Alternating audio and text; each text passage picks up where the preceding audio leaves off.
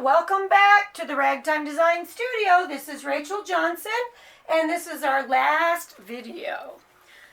Alright, let me get seated. Sorry, I had to walk around, turn that thing on again. Anyway, last and final video. Remember, these videos are done in place of you guys being here for class. And if you purchase this little guy, or if you have this die and want to follow along and make a simple 3D Eiffel Tower, this is all you need. I decided to use 3 of them. Cuts down on how many times I have to cut this complex thing. And I'm just using our black cardstock.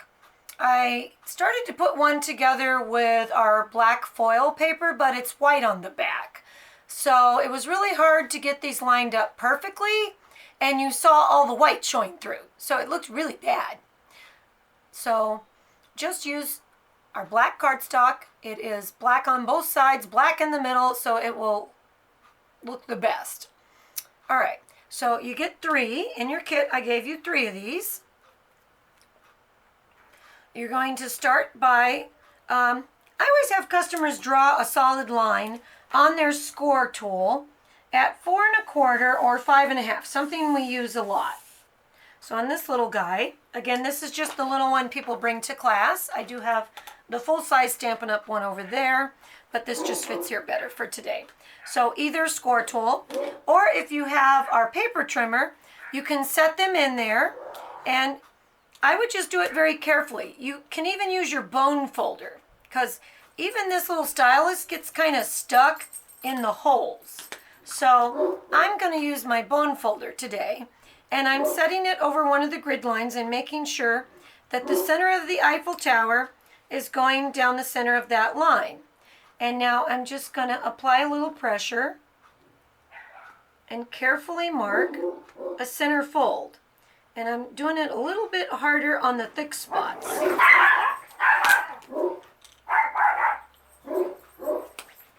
Alright. I had to switch to the other tool. Alright. It's going to be very hard to see, but I put little score lines there. Now I can start to pinch it right in the middle, and it's going to cooperate better with me. So you want to get all 3 of them to where they want to fold in half. And as you fold it in half, you can make sure it's lining up, because this is a very symmetric die. Each half is equal. Alright, so there's 1. And as you go along, you want to make sure you have poked out all the debris in your die. Let me go to this one. Alright. And again, put it on there and do all 3 of these. Let me do this one. See, you need the bone folder when you're going over the holy parts. There you go. And then I just want to get the thick parts a little bit deeper. Okay, fold this one.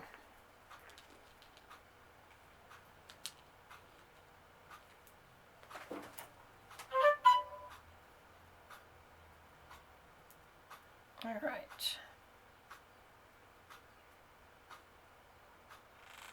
There we go. Whoops. So I have, what is that? Oh, there we go. So there's 1. I don't know if you're having a hard time seeing black on black, but there's 1. So now I have 2. I'm going to do my 3rd one. Poking out any debris. I'm going to clean this one out as good.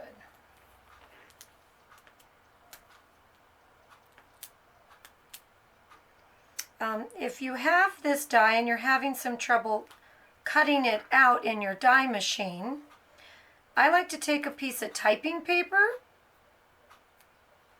and put it on top of the cardstock. So it's, shoot, where's the die?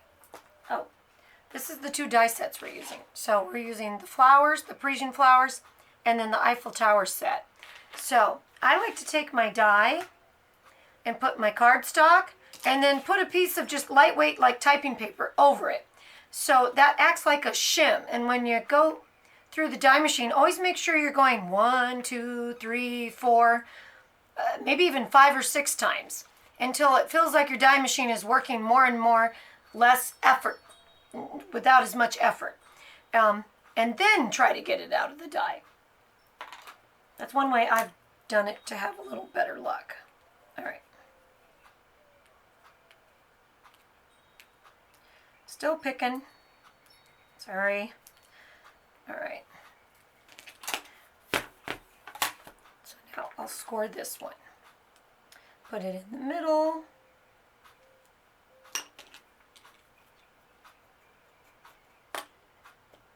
Score it down the middle.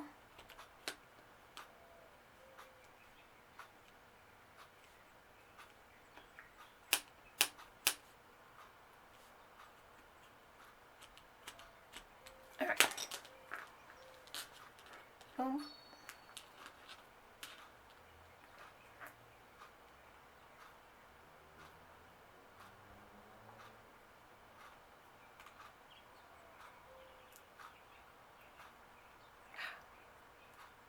There we go. All right, so now I got all 3 of them in half.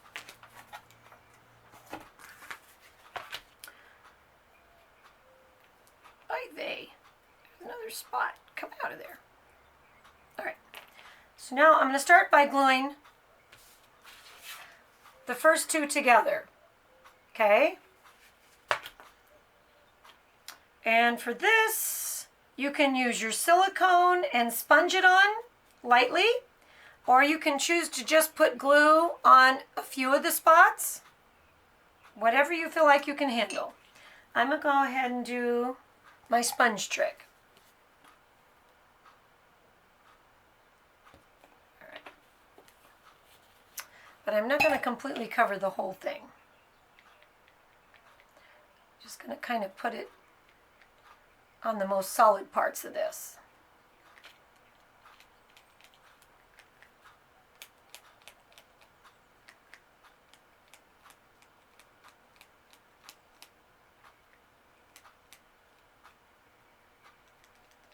So I just kind of put it on the more solid parts and stick it together.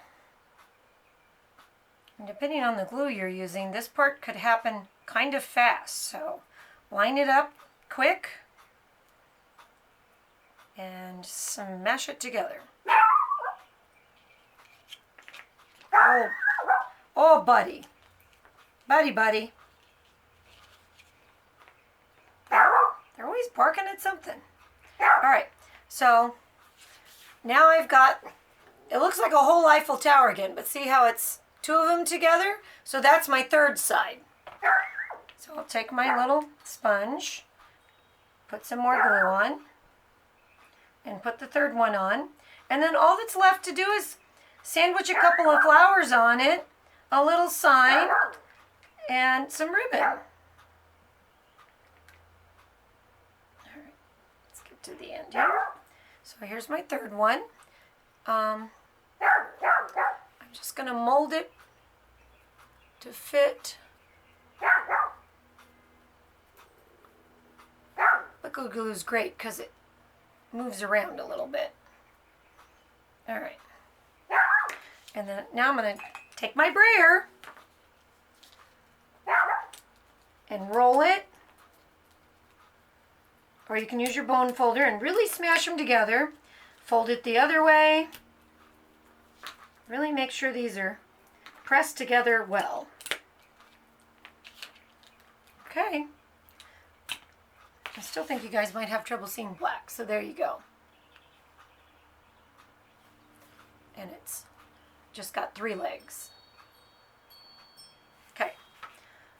Then I took and sandwiched the flowers, so there's one on the front and the back, tied a ribbon and added the little tag. All of those are in your kit, and that's the cutest little Eiffel Tower. Nobody would know it was paper till I picked it up. I hope you enjoyed our last video. I hope you enjoy being stuck home in your craft room and now you have something new to work on, and I look forward to talking to you guys soon. If we end up staying stuck together in our spaces, I'll come up with another take-home class. So give me your feedback. Leave a comment below. Feel free to share your takeout on Facebook. And gosh, just have a wonderful weekend. We made it through week 1. Bye!